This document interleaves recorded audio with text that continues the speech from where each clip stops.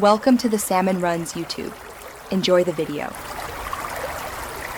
You start by locating the mysterious account on your device and gathering evidence. Open Settings Accounts or Chrome profiles and note any unfamiliar email fragments. This helps verification later.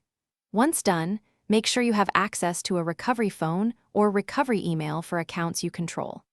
If the account truly belongs to a stranger, capture screenshots of device lists and timestamps.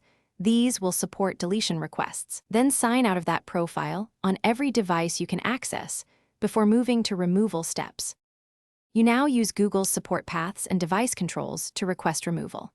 Open Google Support Flow for account removal from devices, select the Not My Account, or Report Unauthorized Access path and attach your screenshots and device ID.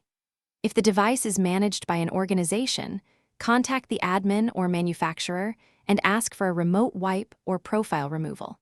Also check your device's users and accounts to force remove the profile locally. If prompted for the account password, document that you cannot access it and finish by verifying the unknown account is gone on every device. Reboot, open settings accounts, and confirm. If the account persists or you see device-level restrictions, escalate with Google support and submit your evidence, screenshots, timestamps, and any admin contact notes, to request unlinking or deletion. If all else fails and you control the hardware, back up personal data and perform a factory reset or request a device admin override. This permanently removes profiles but is last resort, so make sure your backups are complete. Thanks for watching. Consider subscribing if we helped you.